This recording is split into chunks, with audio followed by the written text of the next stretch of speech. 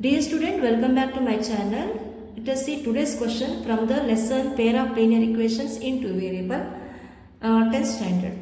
The taxi charges in a city consist of a fixed charge together with a charge for the same for the distance covered.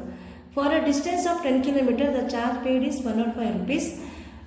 Next, for 15 km, the charge paid is 155 rupees. What are the fixed charge and charge per kilometer? How much does a person have to pay for traveling a distance of 25 km? Question ತುಂಬ lengthy ಇದೆ but ತುಂಬ easy ಇದೆ.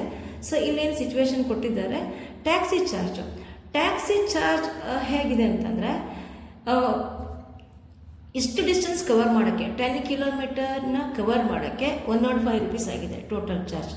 ಅಂದರೆ ಇಲ್ಲಿ fixed charge ಕೂಡ ಇದೆ.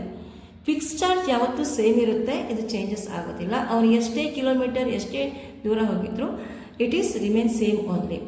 And next here the charge per kilometre what are the fixed charge.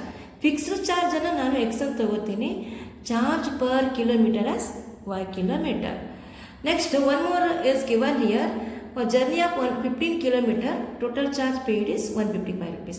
Notice ಮಾಡಿ ಇಲ್ಲಿ total charge including total charge ಏನಾಗಿದೆ, it includes fixed charge also. Okay, let us done. I am continuing here. Let what are this fixed charge, X B the fixed charge. Okay, then y ಏನು, y is the charge per kilometer. Charge per kilometer.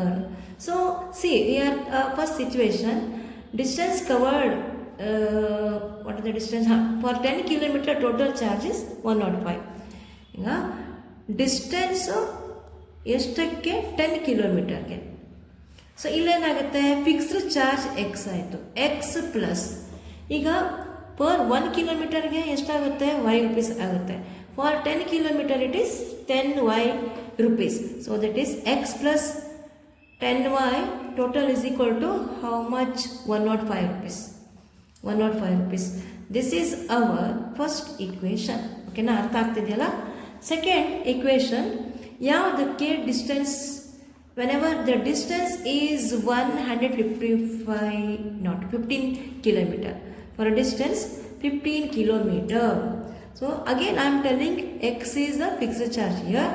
ಈಗ ಇಷ್ಟು distance cover ಮಾಡೋಕ್ಕೆ charge ಎಷ್ಟಾಯಿತು, 15y ಆಯಿತು, 15 rupees. ಅಂದರೆ 1 ಕಿಲೋಮೀಟರ್ಗೆ y rupees ತಗೋತಾನೆ. For 15 kilometre 15y rupees. Total charge ಎಷ್ಟು ಬಂದಿದೆ ಅಲ್ಲಿ, 155 ರೂಪೀಸ್. ಮತ್ತು ಇದು ನಮ್ಮ ಎರಡನೇ ಈಕ್ವೇಷನ್. ಈಗ ನಾವು ಸಬ್ಸ್ಟಿಟ್ಯೂಷನ್ ಮೆಥಡಿಂದ ಸಾಲ್ವ್ ಮಾಡೋಣ. I am taking first equation here. x plus 10y is 105.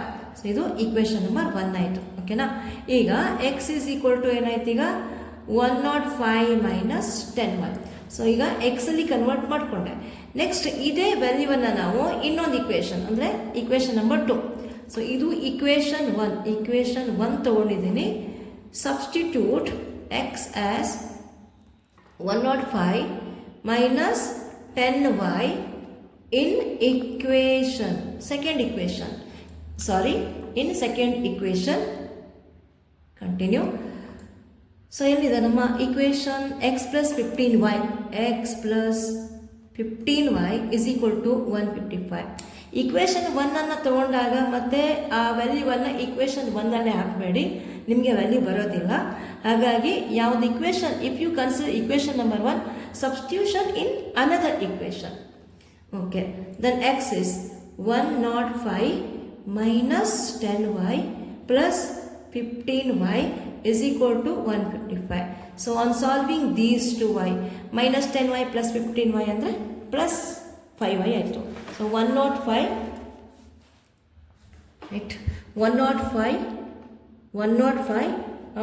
minus not plus 5y plus 5y is equal to 155 rupees. Okay, next continue. ಈಗ 5y ಎಷ್ಟಾಗುತ್ತೆ, 5y is equal to 155 minus 105. So 5y is equal to 5 minus 5 0 ಆಯಿತು. 5 minus 0 is okay 5. 1 minus 1 is 0. So y is equal to 50 divided by 5. So 5 ones are 5 tens are y value 10 ಆಯಿತು. ಇದೇನಿದು? This is the value, I mean what, this is the charge for every kilometer, every 1 kilometer. ಓಕೆನಾ? ಈಗ put this value y as 10 in any equation. So I am taking equation number 1. ನೀವು ಯಾವುದಾದ್ರೂ ತಗೊಳ್ಳಿ, 1 or 2. So what is our equation? Number 1, x plus 10y is equal to 105. Then x plus 10 into y value 10, y is 10, ಓಕೆನಾ, is 105. So x plus 10 tens ಇಲ್ಲಿ 100 ಆಗುತ್ತೆ, 105. Then x is equal to 105 minus 100. 105 minus 100 ಎಷ್ಟಾಯಿತು? 105 minus 5 is 5 rupees. x is equal to 5 ಆಯಿತು. ಇದು fixed charge. x is a 5 rupees is a fixed charge. ಓಕೆನಾ? ಒಂದ್ಸಲ check ಮಾಡ್ಕೊಳ್ಳಿ. 10y value 10 tens are 100. Next to total charge, whenever